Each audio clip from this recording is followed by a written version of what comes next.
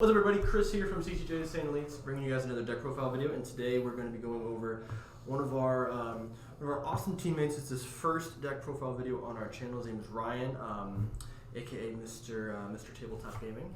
How you doing, man? Good. And he owns a shop that we play on a lot, which you guys actually can find his the link to his TCG play down below. It's Rogues Den Tabletop. It's where we get almost all of our cards from for the Saiyan Elites. Probably one of the friendliest and most unique store owners I've met in card games. I paid him to say that. So no. Just for transparency. So he actually is a big fan of the Invoker-Ku. That's crazy. And it's amazing. You guys watch this channel, you guys know I play a lot of green decks. So we brought it. I wanted him to get this deck on here because it's really good, very scary, and just I think with a tad bit of tweaking with like unison cards, this is completely playable in set 10, 100% playable. So before we do that, make sure you guys like and subscribe. Make sure you guys go down and click on Rogues Den Tabletop link down below to buy all of your set 10 stuff, or even old stuff, because it's got a lot of cards. So come in and buy stuff. And go ahead, Ryan, and take it away. All right. So obviously, like Chris said, we're going to be doing the Surge Invoker-Ku deck. It's pretty basic on the front here. We got when this leader attacks, draw one card, and when one of your battle cards activates Revive, draw one card. So that's a pretty huge part of this deck. Is basically you want to be reviving every single turn in order to just get as much draw power as you possibly can. And on the back, it's basically the same thing but better. You attack, draw a card, and then when you revive something, you draw two cards instead. And then really, what pushed me to make this deck, because I was a little iffy at first, but the great part about it, his activate main. Essentially, you choose one of your blue-green multicolor battle cards in rest mode. As long as that card is in rest mode, your leader cannot be attacked. So basically what we're going to be doing is trying to get out a bunch of these revive cards and be constantly negating, reviving in order to defend this card in rest mode, so they just never even have a chance to get to our leader. And you do a very good job of drawing on both your turn and your opponent's turn using your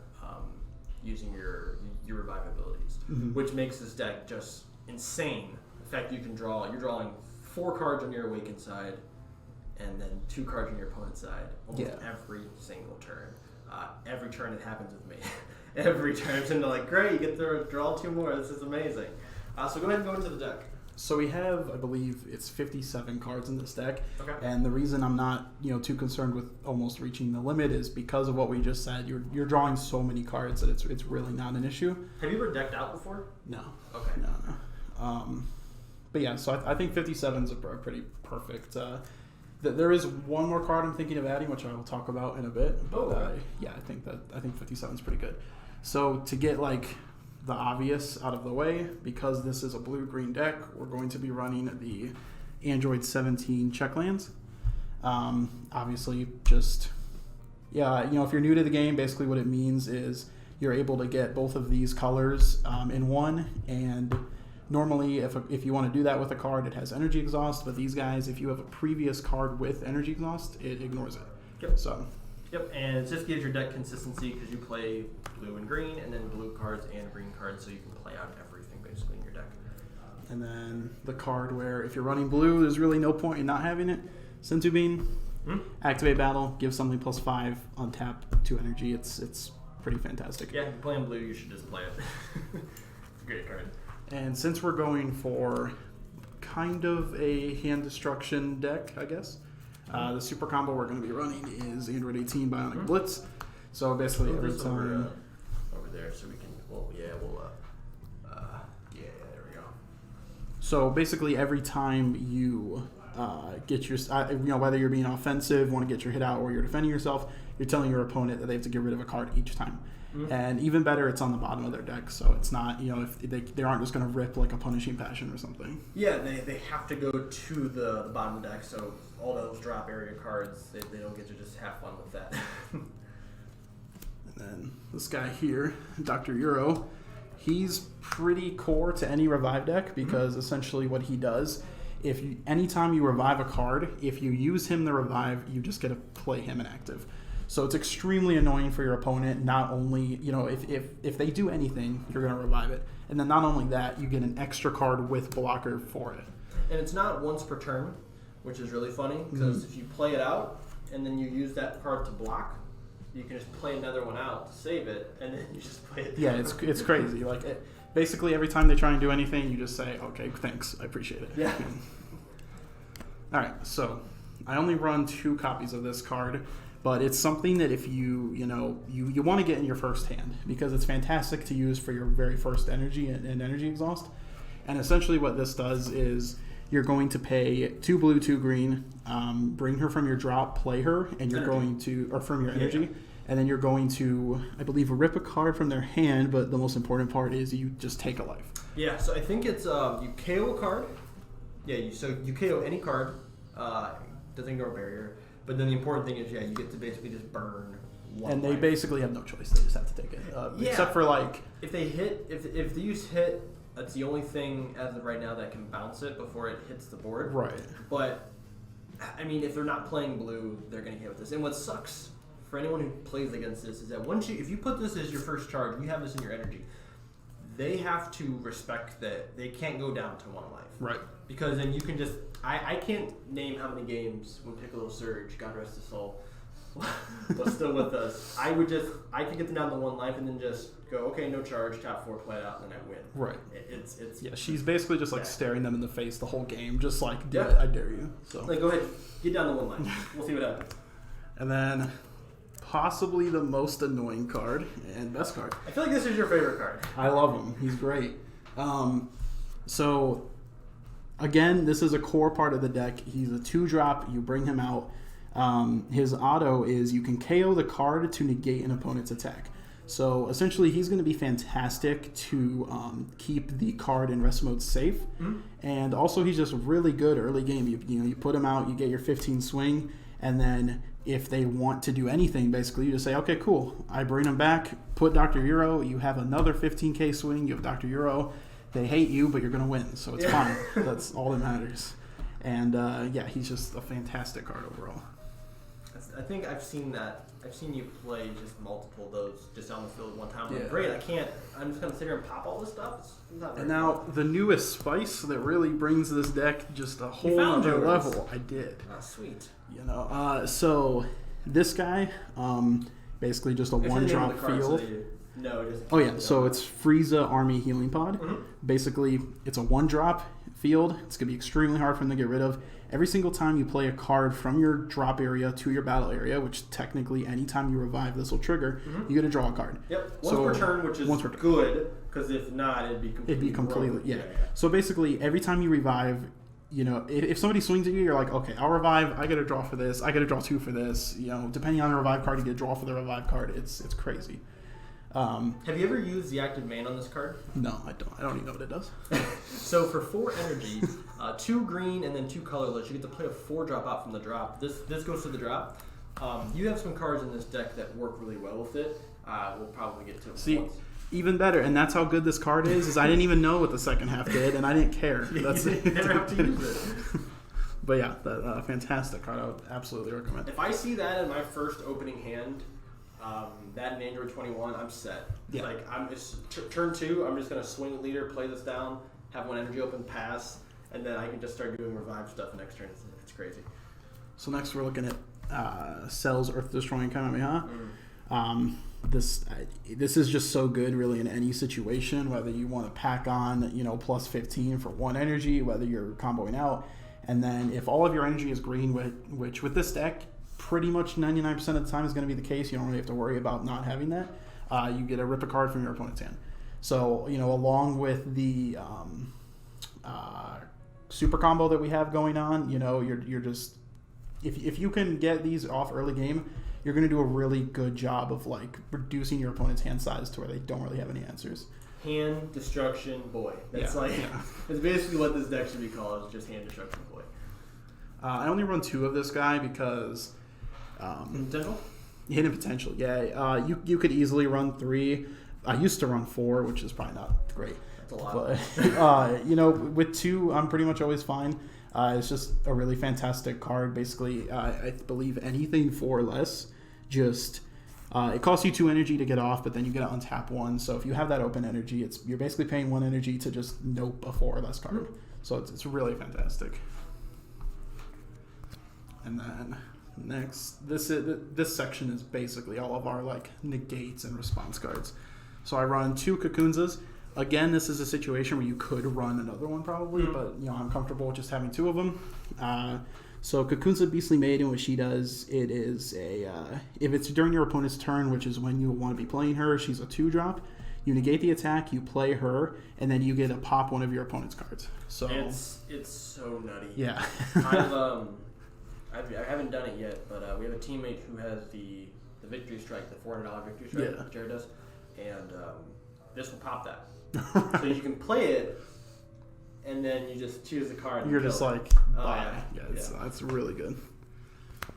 I think it works on that, yeah. But it's just funny. They'll just swing it with anything. You're just like, cool, pop it. This is more of a niche one, I guess. You like this card? Yeah, I'm a pretty big fan. I feel like it's kind of underrated because it's essentially activate battle is always nice, and then it's just a 1-drop.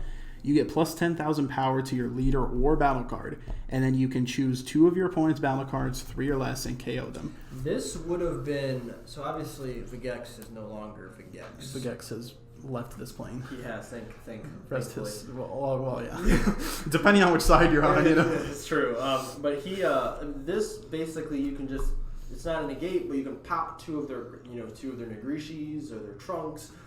It works a lot in other decks where they have a lot of small 1-drop cards on board. Yeah, there are some decks you'll face where it really doesn't do much for you because they either have barrier to protect their most important cards or everything's a higher cost. But I've definitely faced a couple of decks where, if they have a really, really useful 3-drop, 2-drop, whatever, it's just get rid of it, basically. So this is when you might end up just using as energy. I do that sometimes, but that's why I just run 2 because it can be pretty useful. It's situational, but it's a good situation that you can say, hey, I have the option to use this if need be. And then we got 3 of my girl. Oh, God, man. Yeah, she's a little beefy in price and stature, and she's just great. I don't even know. So she is really good early game because the whole point, at least for me, I want to combo with her, get her in my drop area immediately. You could play her for 2 and then combo, but I like to do it for my hand. So early game, plus 5,000, aggression, and then she pretty much just hides in your discard pile your entire game. And as long as you remember, because your opponent will definitely forget, you might too, but just try not to, which I do all the time, but that's fine. If you spend 2 energy, your opponent is forced to drop 2, right? Drop 2 cards. Yep. And it's basically just any time during the game, if you have 2 energy and you just want them to rip some cards, there you go. This helps you go for game really, really, because it's an uninteractive, uncounterable ability. You can't do anything to it. Because you're not playing a card out until they make cards that say when you play this card from your drop area, which I'm sure they will maybe in the future. But like this card, you're just ripping cards from your opponent's hand. There's nothing they can do about it. They just have to take it. Yeah, she's great. Especially when you tap for 2 at once. You just tap 4 energy. You okay, drop 4 cards. Now you have no cards in hand, and it's just okay. That's fine. So now this is kind of moving more on towards like our battle cards that we'll be playing. This is Son Gohan and Piccolo, Pupil and Master. So basically this card you just put out for 3 energy, which is kind of, sometimes it's a little hard to spend that 3 energy, especially if your opponent's being very aggressive, but this is definitely going to be a card that they're going to need to focus on and have to remove, which takes the pressure off of you, because essentially what this does is every single time you attack, the auto makes them discard a card. So whether they negate it or not, they're going to have to rip a card. And they have to do that first, because the auto, so if when they can negate, I believe, but they have. I think it's. I forgot how we would have to ask how it works, but I'm pretty sure when it swings, you automatically have to drop a card before you negate. Well, yeah. Which makes it worse. Yeah. Either way, it's crazy, And this itself is a really good target. I often target this for the activate main. Then you'll have the Kaioken Goku's out. They're just negating, dancing from your drop area to your battle area, not caring. Put out Dr. Euros.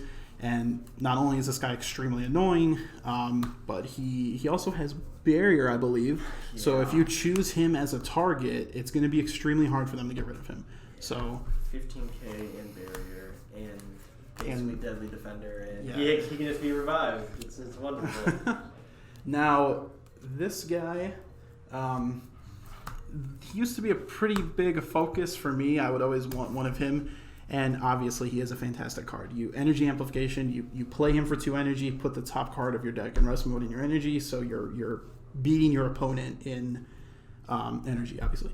So I don't really focus on him as much anymore, just because I find that I'm trying to save my energy for stuff like Hidden Potential or Kakunza, but I keep him in the deck, and I probably will keep him in there because I really do. You know, I feel like any time during the game, depending on the situation, he's just a great 2-drop to give you an energy.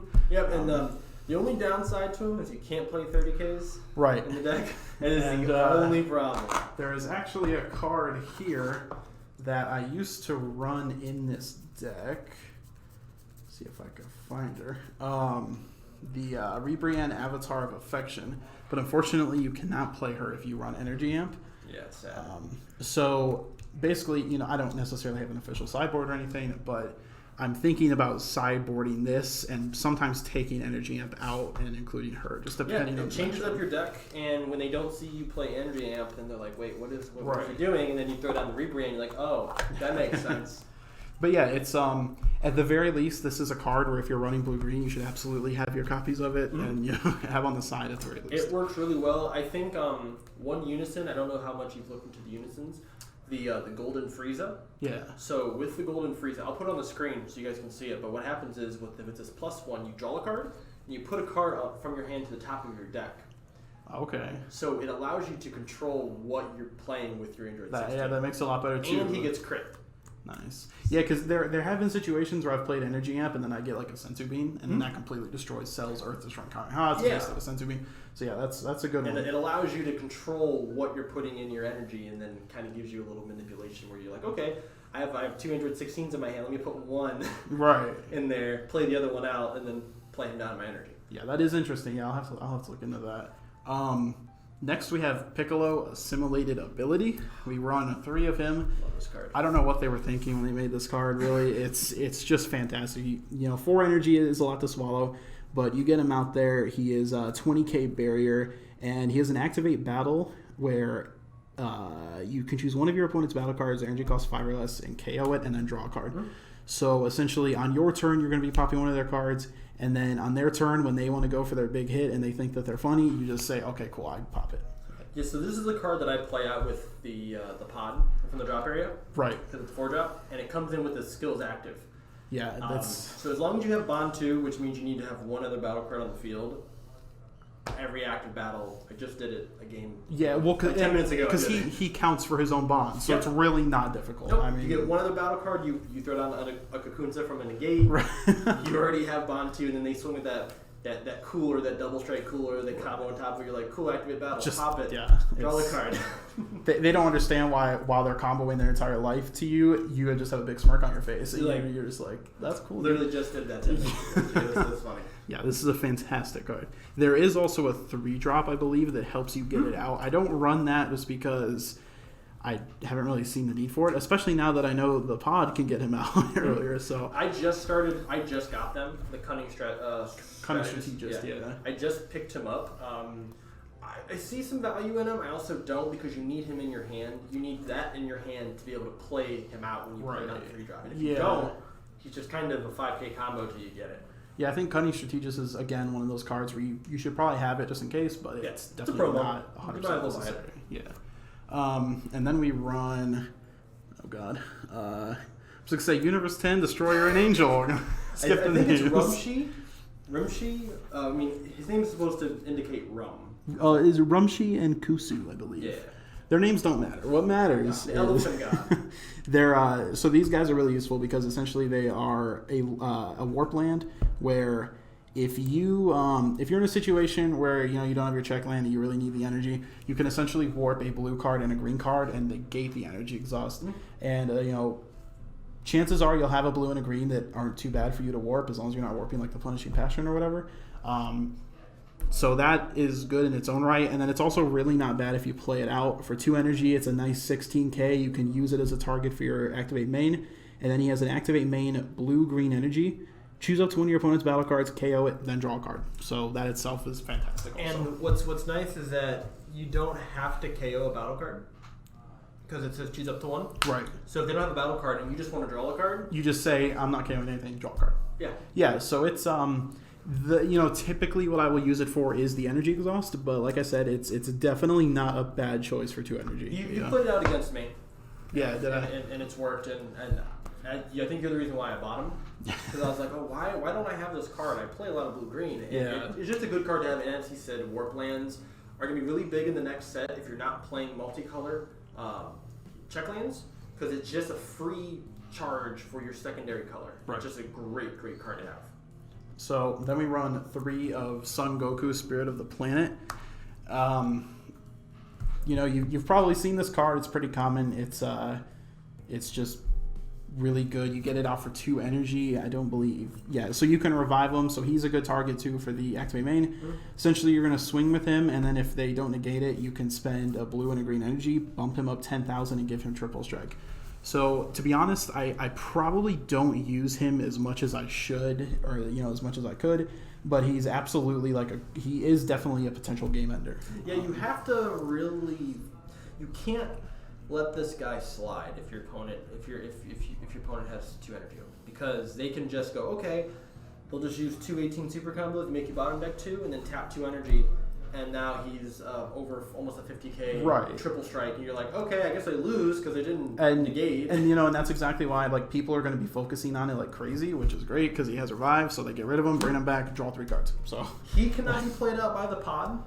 Right. But he can be played out. He can only be played out by revive, but obviously that works in this deck.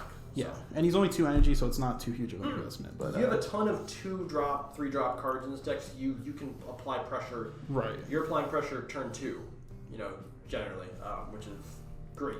But yeah, he's he's by no means an absolutely necessary card, but he's definitely worth putting in the deck. He's like 10 cents. Right.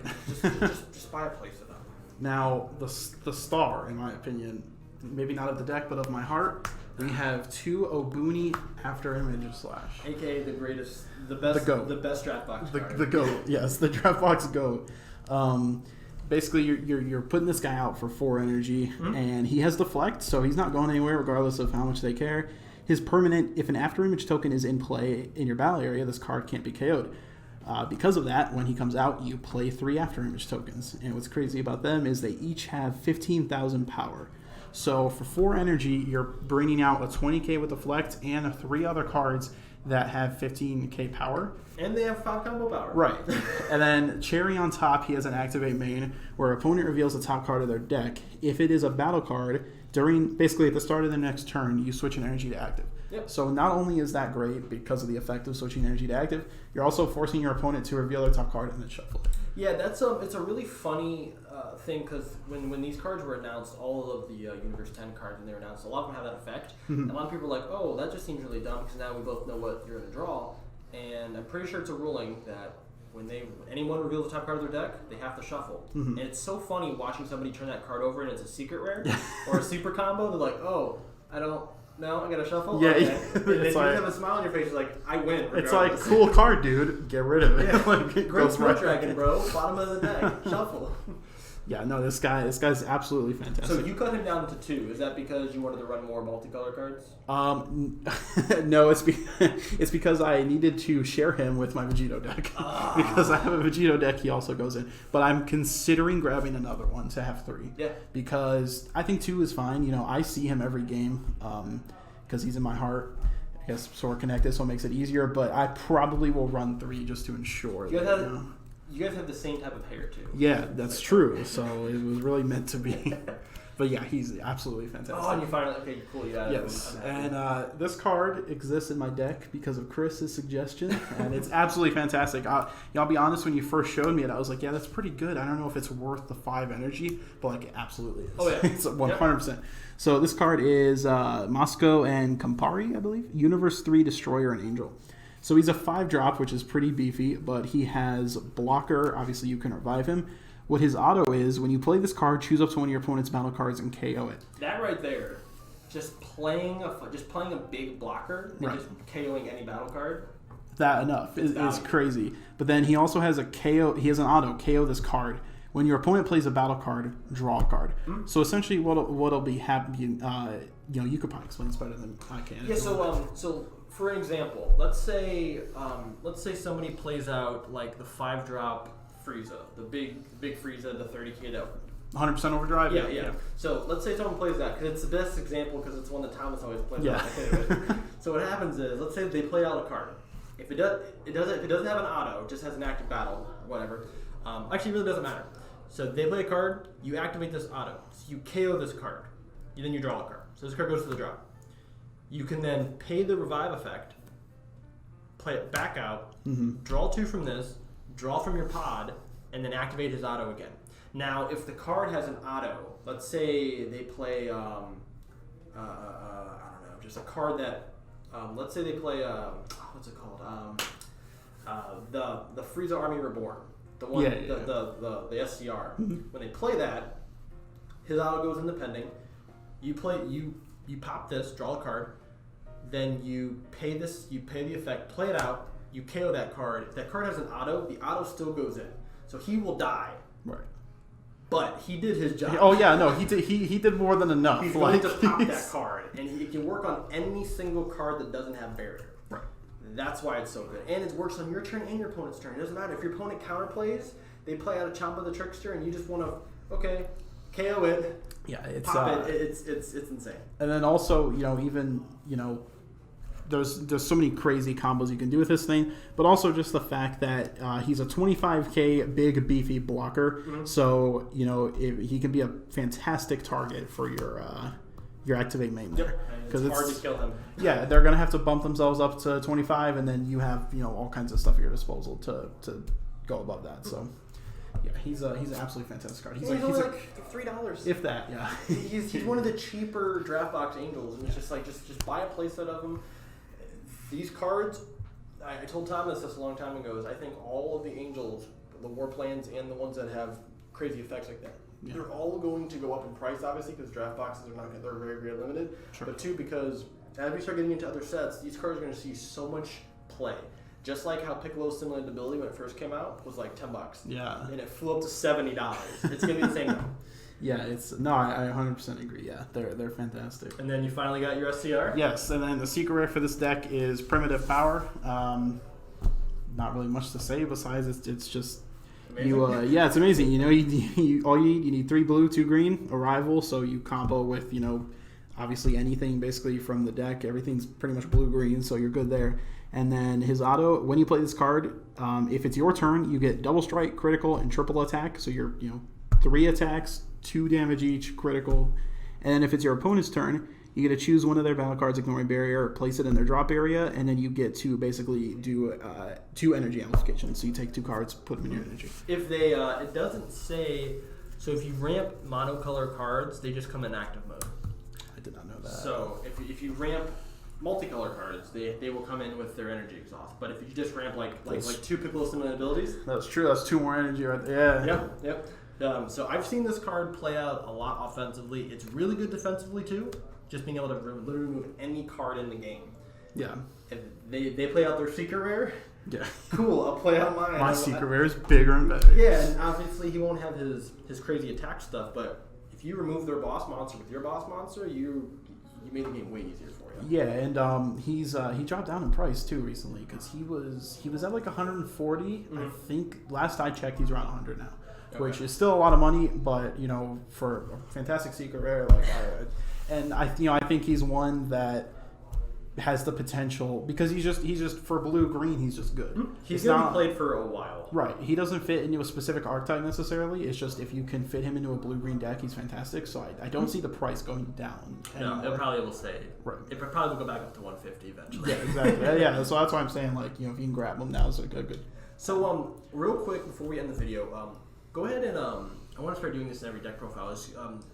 Find 6 cards that you want to see in your opening hand. In your opening hand, yeah. Okay. And I think this is really interesting because it gives you sort of what the deck builder is really thinking about whenever they build this deck and whenever they're trying to shuffle and they're trying to mulligan, and what their idea for what card they want to see in their hand.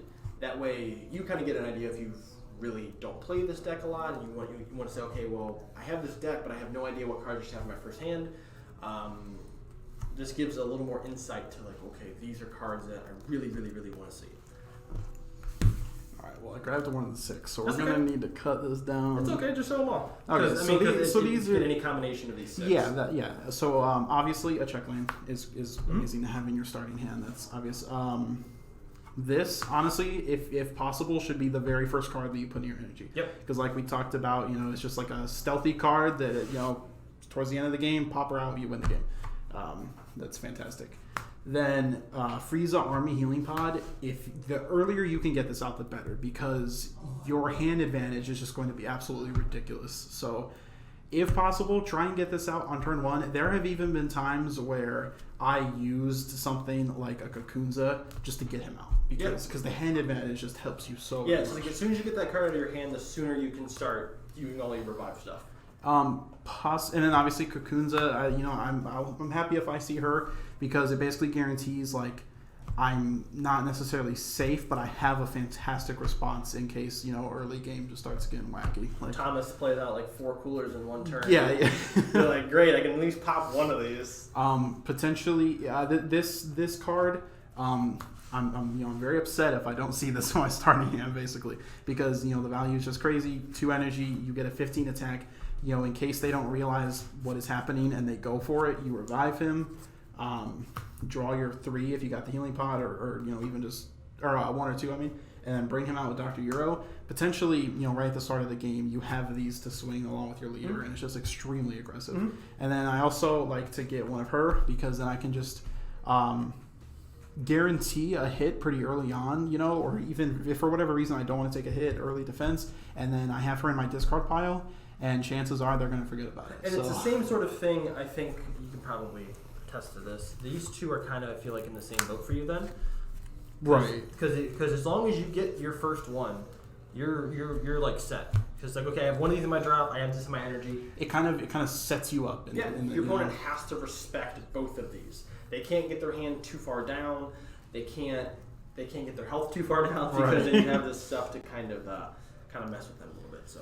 But yeah, I'd say those are definitely the cards I want to see in my starting hand. Right. I was considering putting Energy Amp in there, but honestly, the more I play this deck, the more I don't care too much about Energy Amp. Yeah, it's a nice card, but I think eventually you probably will just put Rebrand in. Probably. Maybe, but that's what I've been thinking, is potentially getting rid of that and putting in the Avatar of Affection. But yeah, this deck's really just fantastic for like hand advantage. Obviously, you're controlling your opponent's hand, and just having a pretty good battle area that can be heavily manipulated and protected. Yeah, it's a great deck. Make sure I'll see if I can make a deck list for it. If not, just slow the video down so you guys can see, because he did a pretty good job of showing off the next card that's going to be in his deck, so you guys can check that out. Any last words? No, just I guess I don't know how this deck will fare, in the new meta. I am excited to see. I do think that there are some good cards coming out that'll help it a lot. There's some really interesting, especially green. I don't know so much about blue, but there's some really interesting green cards coming out that'll hopefully, kind of support it. But it's absolutely one of my favorite decks, if not my favorite. So that ends the video, guys. Make sure you guys like and subscribe, hit the bell for all notification. Make sure you guys check out Ryan and his awesome array of Magic cards, Yu-Gi-Oh cards, and Dragon Ball cards on Rogues Den. You guys can click that link down below. If you guys buy something, I don't know if you can do a comment and say that CTJ sent you here, but it's there. Yeah. So make sure you guys, like I said, visit that, try out this deck. You guys will see some gameplay for this in the future, and we'll see you guys in the next video.